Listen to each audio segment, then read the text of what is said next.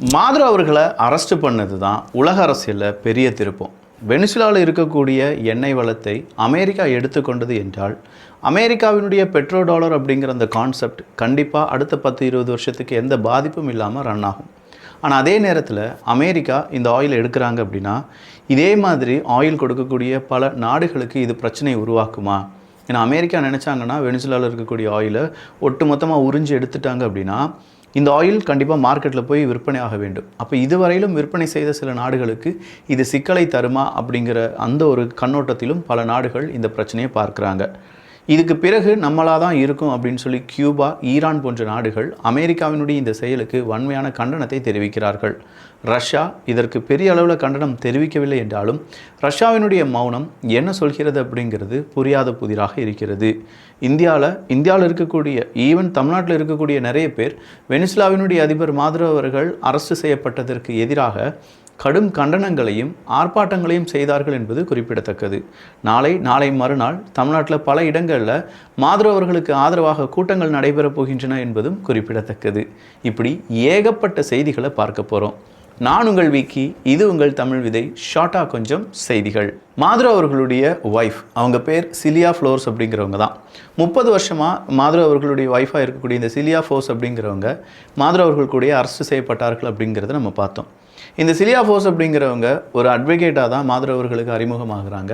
அதன் பிறகு இவங்களுடைய இந்த ஒரு திருமண உறவு அப்படிங்கிறது 30 வருடங்களாக இருக்கும் பட்சத்தில் அவங்களையும் சேர்த்து அமெரிக்கா அரெஸ்ட் பண்ணது எந்த விதத்தில் நியாயம் அப்படிங்கிற ஒரு கேள்வியுடன் பலரும் இதில் ஏகப்பட்ட தில்லாலங்கடி வேலையை அமெரிக்கா செஞ்சுருக்கு அப்படிங்கிற வாதத்தை முன்வைக்கிறாங்க.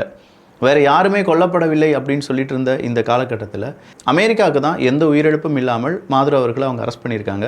பட் வெனிசுலா சைடும் கியூபா சைடும் நிறைய பேர் உயிரிழந்திருப்பதாக தகவல்கள் வெளியாகி இருக்கிறது. சோமாலி லேண்ட் அப்படிங்கிறத பற்றி தமிழ் பட்சத்தில் டீட்டெயில்டாக ஒரு காணொலி பதிவு பண்ணியிருந்தேன். அந்த காணொலியில் சொமாலியாவிலிருந்து சோமாலி லேண்ட் எப்படி பிரிந்தது 1961க்கு பிறகு, அதன் பிறகு இந்த சோமாலி லேண்ட் அப்படிங்கிறத யாரும் ஏன் ரெக்கக்னைஸ் பண்ணலை, திடீர்னு இஸ்ரேல் அதை ஒரு நாடு அப்படின்னு சொல்லி ரெக்கக்னைஸ் செய்ததற்கான அரசியல் என்ன, அதன் பிறகு கிட்டத்தட்ட 20-30 அரபு இஸ்லாம் நாடுகள் இஸ்ரேலுக்கு எதிராக கொடுத்த அறிக்கை என்ன அப்படிங்கிறது எல்லாத்தையுமே டீட்டெயில்டாக தமிழ் பட்சத்தில் எக்ஸ்பிளைன் பண்ணியிருந்தோம். பார்க்காத டிபி ட்ரூப்ஸ் சோமாலி லேண்டு தமிழ் பட்சம் அப்படின்னு சொல்லி அடித்தாலே வந்துடும். சரி, இந்த சோமாலி லேண்ட் அப்படிங்கிறத நாடு அறிவித்த பிறகு இஸ்ரேல் என்ன தெரியுமா செஞ்சாங்க? அவங்களுடைய மினிஸ்டர்ஸை எங்கே அனுப்பியிருக்காங்க? சோமாலி லேண்டுக்கு அனுப்பியிருக்காங்க. சோமாலிலாண்டுக்கு அனுப்பி அங்கே இருக்கக்கூடிய அரசியல் என்னென்ன அடுத்த கட்டமாக 2 நாடுகளும் சேர்ந்து செய்யக்கூடிய நிகழ்வுகள், உடன்படிக்கைகள் அப்படின்னு சொல்லி பல விஷயங்களை டிஸ்கஸ் செய்ததாக செய்திகளை வெளியிட்டிருக்கிறது. சோமாலிலாண்ட் அப்படிங்கிற ஒரு சின்ன இடத்தை வைத்து இஸ்ரேல் போடக்கூடிய கணக்கு 2026லேருந்து 2030 வரை இஸ்ரேல் ஒரு ஹாட் டாப்பிக்காக இருக்கும் என்பதில் மாற்று கருத்தே கிடையாது.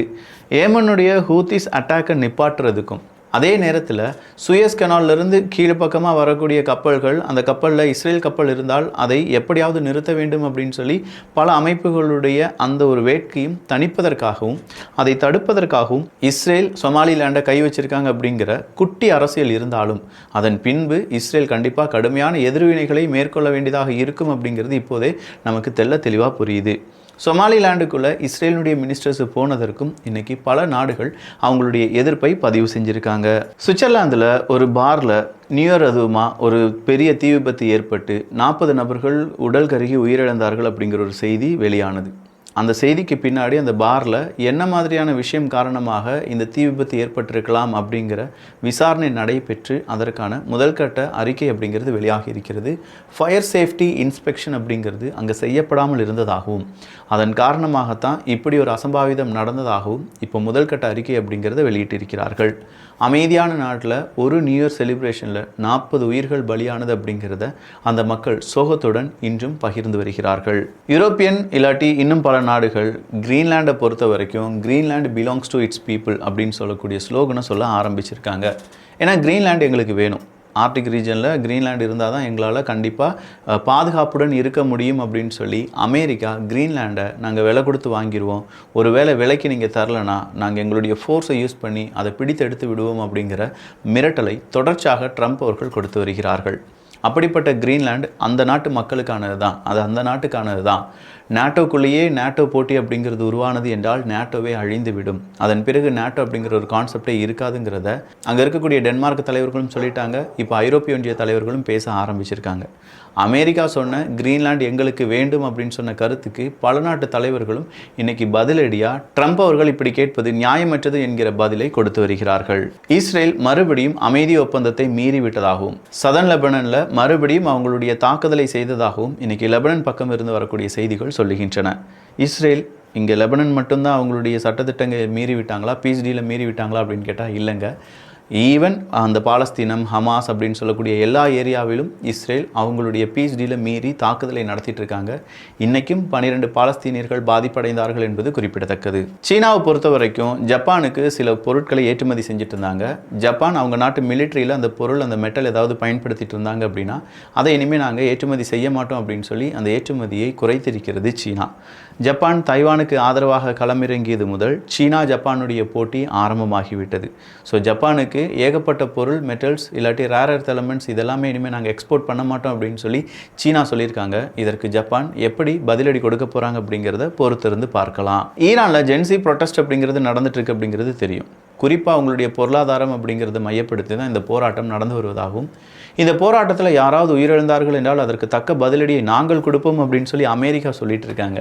இன்றைக்கி அந்த போராட்டத்தில் நிறைய பேர் உயிரிழந்ததாக அங்கிருந்து வரக்கூடிய செய்திகள் சொல்லுகின்றன. குறிப்பாக ஈரானுடைய காவல்துறை அதிகாரி ஒருவர் கொல்லப்பட்டார் அப்படின்னும், அதை தொடர்ந்து உருவான கலவரத்தில் ஏகப்பட்ட பேர் உயிரிழந்தார்கள் அப்படிங்கிறதும் செய்தி. பட் இந்த செய்தியை இன்னும் யாரும் வேலிடேட் பண்ணலை என்பதும் குறிப்பிடத்தக்கது. டென்மார்க் இன்னைக்கு அமெரிக்காவை பார்த்து கிரீன்லாண்டை நீங்கள் எப்பவுமே ஸ்பை பண்ணிட்டு இருக்கீங்க, அதை உடனடியாக நிறுத்த வேண்டும், அப்படி இல்லையா அதற்கான பதிலடியை நாங்கள் கொடுக்க வேண்டியதாக இருக்கும் அப்படிங்கிற தகவலை கொடுத்திருக்காங்க.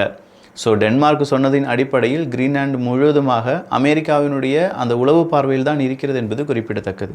ஏன்னா கிரீன்லாண்டிலிருந்து தான் அமெரிக்கா பல விஷயங்களையும் செய்ய துடித்து கொண்டிருக்கிறார்கள். டெல்சி அவர்கள் தான் இப்போ வெனிசுலாவினுடைய புதிய அதிபர். ஆனால் அந்த புதிய அதிபரையே மிரட்டும் தோணியில் ட்ரம்ப் அவர்கள் பேசியிருந்தார் என்பதும், ட்ரம்ப் அவர்கள் இதே மாதிரி நீங்கள் எங்களுடைய பேச்சை கேட்கவில்லை என்றால் மாதுரோவை விட 3 மடங்கு அதிகமான விலை கொடுக்க வேண்டியதாக இருக்கும் அப்படின்னு சொன்ன அந்த செய்தியும் இன்னைக்கு வைரல் தான். அமெரிக்காவினுடைய இராணுவம் அவங்களுடைய ட்ரோன் டெக்னாலஜிக்கு இதுவரையிலும் செலவழித்த தொகையை விட 4 to 5 மடங்கு கூடுதலான தொகையை செலவழித்திருக்கிறார்கள். ஸோ ரஷ்யா உக்ரைன் போரில் உக்ரைன் அவங்களுடைய ட்ரோனை பயன்படுத்துவதும் ரஷ்யா அவங்களுடைய ட்ரோனை பயன்படுத்துவதும் அப்படின்னு சொல்லி இந்த இராணுவ வரலாற்றில் பல முக்கிய திருப்பங்களை இந்த ட்ரோன் வார்ஃபேர் அப்படிங்கிறது உருவாக்கியிருக்கு. ஸோ அந்த ட்ரோன் வார்ஃபேரை நாமும் கடந்து செல்ல வேண்டும், பிற நாட்டுக்கு எதிராக நம்ம ட்ரோன்ஸும் செமையாக ஒர்க் ஆகணும் அப்படிங்கிற அந்த நோக்கத்துடன் தான் அமெரிக்கா அவங்களுடைய ட்ரோன் டெக்னாலஜிக்கு பல மடங்கு பணத்தை அதிகமாக செலவழிச்சிட்ருக்காங்க. ஏகப்பட்ட ரிசர்ச் அண்ட் டெவலப்மெண்ட் அப்படிங்கிறத செஞ்சிட்ருக்காங்க. நெட்ஃப்ளிக்ஸில் ஒரு ஷோ அப்படிங்கிறது ரிலீஸ் ஆகுது. அதில் சீனாவினுடைய மேப் தப்பாக இருந்ததாகவும் அதனால் அந்த ஷோவை நாங்கள் திரும்ப பெறுகிறோம் அப்படிங்கிற தகவலையும் நெட்ஃப்ளிக்ஸ் கொடுத்துருந்தாங்க. உனக்கு வந்தால் ரத்தம், எங்களுக்கு வந்தால் தக்காளி சட்னி அப்படின்னு சொல்லி பல நாடுகளும் இன்றைக்கி சீனாவை பார்த்து கேட்டுக்கொண்டிருக்கிறார்கள். இந்தியாவினுடைய மேப், இந்தியாவினுடைய சில இடங்களை எடுத்து இதுதான் எங்களுடைய மேப் அப்படின்னு சொல்லி சீனா போடுவாங்க. நேபாளத்திடம் சின்னதாக இந்தியாவுக்கு அந்த பகுதியை எடுத்து நேபாளம் அருவி அப்படின்னு சொல்லி ஒரு கீ கொடுப்பாங்க. ஈவன் தென்சீன கடல் முழுவதுமாக எங்களுடைய தான் அப்படின்னு சொல்லி அவங்க சொந்தம் கொண்டாடுவாங்க.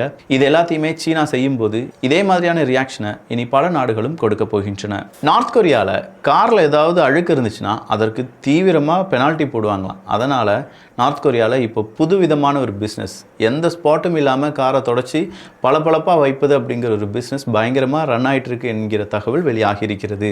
யூரோப்பியன் லீடர்ஸ் கரெக்டாக உக்ரைனுக்காக என்ன செய்யலாம், எப்படி செய்யலாம் அப்படிங்கிறதுக்கான ஒரு மீட்டிங்கில் இன்றைக்கி ஈடுபட்டிருக்காங்க. சொல்லப்போனால் உக்ரைனுக்கு சேஃப்டி இல்லாட்டி செக்யூரிட்டி கேரண்டியை எந்தெந்த நாடுகள் கொடுக்க போகிறாங்க அப்படிங்கிறதும், அந்த செக்யூரிட்டி கேரண்டியில் என்னெல்லாம் இருக்குது அப்படிங்கிறத பற்றியான டிஸ்கஷனை இன்று யூரோப்பியன் நாடுகள் செய்ததாகவும் செய்திகள் வெளியாகி இருக்கிறது. எய்டு குரூப்புக்கான அந்த ரெஸ்ட்ரிக்ஷனை இன்னும் டைட் பண்ணியிருக்காங்க இஸ்ரேல்.